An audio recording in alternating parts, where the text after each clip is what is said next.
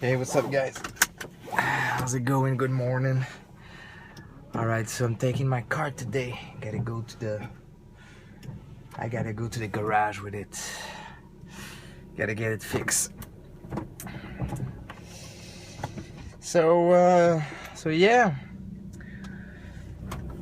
I was listening to Tabletop Superhighway.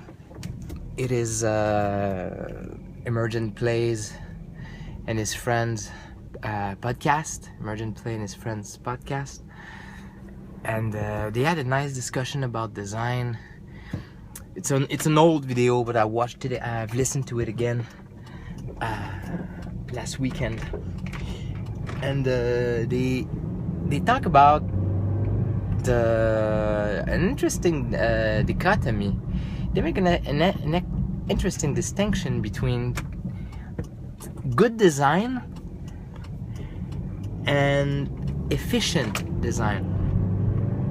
So I said to myself, you know what? Let's explore that distinction, right? You know, like let's explore that distinction a little bit. What is good design? Now, you know, we can argue for eternity that good design is about taste. So I would rather say that it's not about taste. You know, I'm gonna go right away, and I'm gonna say good design. You know, as there's like a science behind it. You know, there is something behind it that makes it that makes it good or that makes it bad. For me, good design, the idea, the science behind it is it's nothing mathematical or whatever. It is simply just that the system works and it does exactly what it has to do. This is my definition of good design. So if you sell your game, you know, telling us that it's about romantic horror intrigue in outer space, your design, your system should reinforce that, you know. So the questions, you know, Jared Sorensen said, you know, if you can answer, you know, what is your game about, how is it about that, how does it reward you if you by doing so, and how does it make it fun? You know, these questions, how they, if your design, you know, achieve to answer these questions. So if you manage to pull off what you're trying to pull off with it, it's good design. So a game that sells itself like for example, a good example of a good design, it's D&D 5 particularly. D&D 5 sells itself as being like, go into the dungeon, kill some monster, become more powerful. This is what the game is about. This is what the design do. This is good design. You know, everything, all the rules are leaning towards you getting your XP, getting stronger, and, you know, going and kill some stuff and grab some loot and become stronger and go do it again, you know. So that's good design. So for me, that's basically what it comes down to. But in the Tabletop Superhighway conversation, they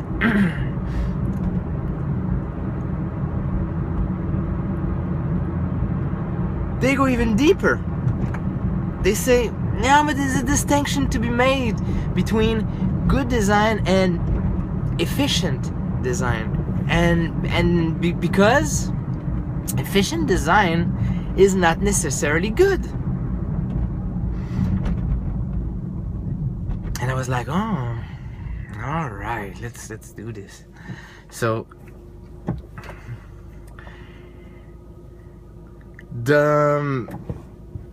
you know, there is a classic say in the indie RPG world about the idea that game design is mind control. Again, this is Jared Sorensen and Luke Crane that pulled that off in on the talk somewhere. I don't remember where. You can still find it online. And they say that good design is mind control in the sense that it's a really behavioristic notion. You know, it's about the idea that the game will structure your behavior, gonna make you act a certain way, gonna make you do specific stuff.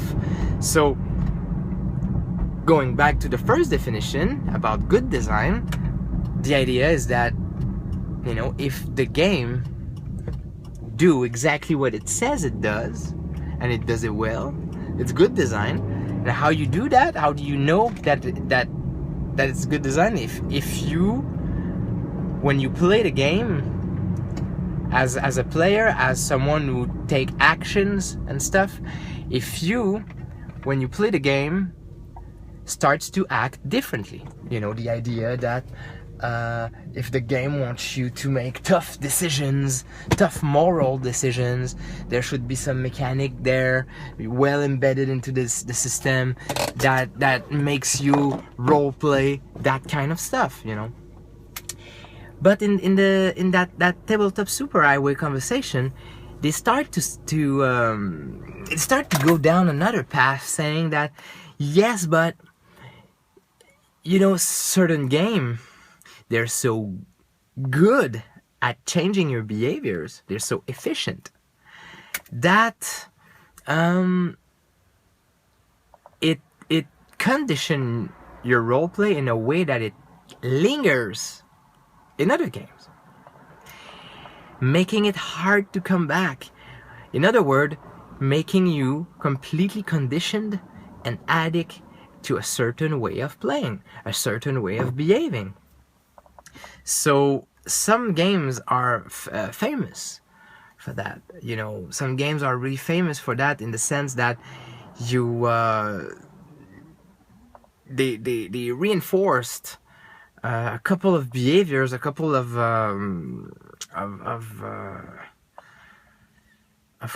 conditionings, you know, that and they make it so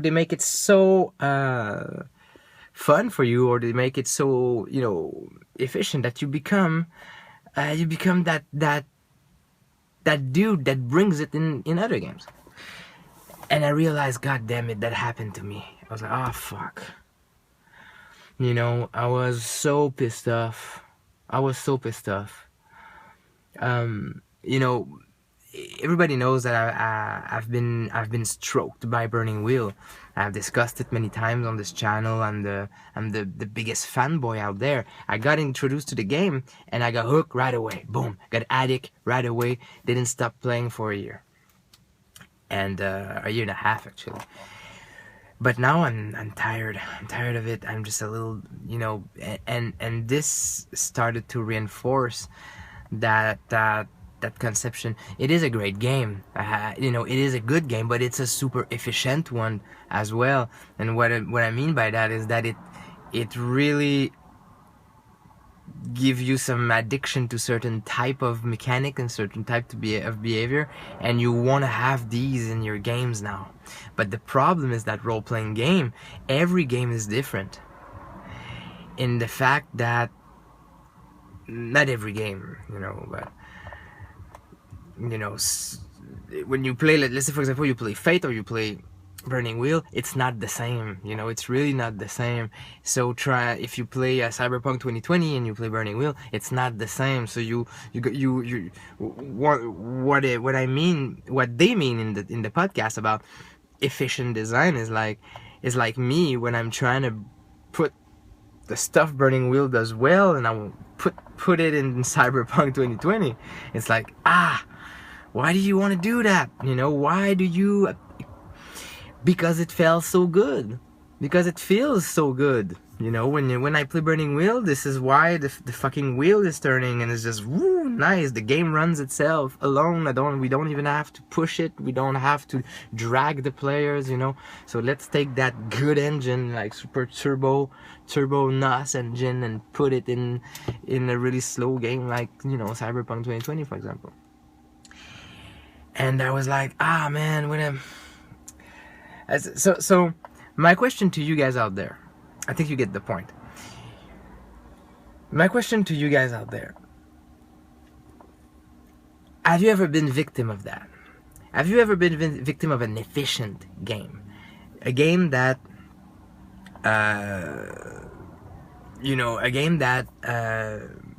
reinforced some behaviors using his mechanic in you. But sometimes it's not even mechanistic. You know, you have some games that reinforces attitude at the table and stuff like that, and it's not even mechanistic. It's just, but that's cultural. So I don't want to put it on the game. Mechanistic, you know, you can pinpoint the game. You know, so when do you have in your life games who've done that? Game that conditioned you to in a way that you want to bring these elements in other games. You want to have these things in other games, and which one are they? You know, what game is that? Do you have an example of really efficient design that for me it's the Arta cycle in Burning Wheel, the Arta cycle, and the helping dices, the all let it ride and say yes, and all kind of these principles. So a bunch of principles that are in Burning Wheel that I cannot play without them anymore. I mean, it's like, why not, you know? In Burning Wheel, these are the example. The say yes example, meaning that you roll the dice only when it's dramatic. It's amazing. The let it ride is like you never roll twice for the same thing in the same scene. It's really important. I will never, you know, why not? But the Arta cycle, that economy where you are rewarded for your role play, you are rewarded for playing your character and stuff, and then you inject that in your prowess, in your task resolution. That cycle right there is really addictive, and but it's not necessary. It is not necessary. There's different version of that takes different kind of aspect in other games, but you don't have to use it. So and now if you take this cycle and you take the principles and you put it in the same game, you're kind of like playing Burning Wheel all over again. And that's not the purpose, you know. And this is what I think this comes down to this. The whole idea of an efficient game and a good design game. Sometimes it's both. I would say that Burning Wheel is definitely both. It creates that explosive, you know, really addictive game that you wanna take with you all the time. But I think that's bad gaming behavior overall. I mean, it's not something you should do. You know, you can hack here and there. You know, a lot of people talk about moves in Apocalypse World. You know, this is the same thing. A lot of people. It's one of the reasons why there's so many apocalypse-driven engine out there, because all these people got so addictive to the idea of moves that they want to use it in all their games. So this is it. I wanted to discuss with this. I want to know what you guys think about this. I want to know if you've experienced it. What game, what addiction got you know, what kind of behavior you were addict to do, that you want to, you know, put it in all your games all the time. Do you do it today? Do you you know, have you been victim of that like I've been, and what are you, how do you cope with that? You see, for me it's amazing, you know, this morning, because I realized, god damn it, I'm still learning so much, and I get to share it with you again. So it's same old G. You see the name is right there. The name is right there. Season 4. Season 4, it's far away from the finale. Far, far away. Far away. Alright. Thanks you guys for watching.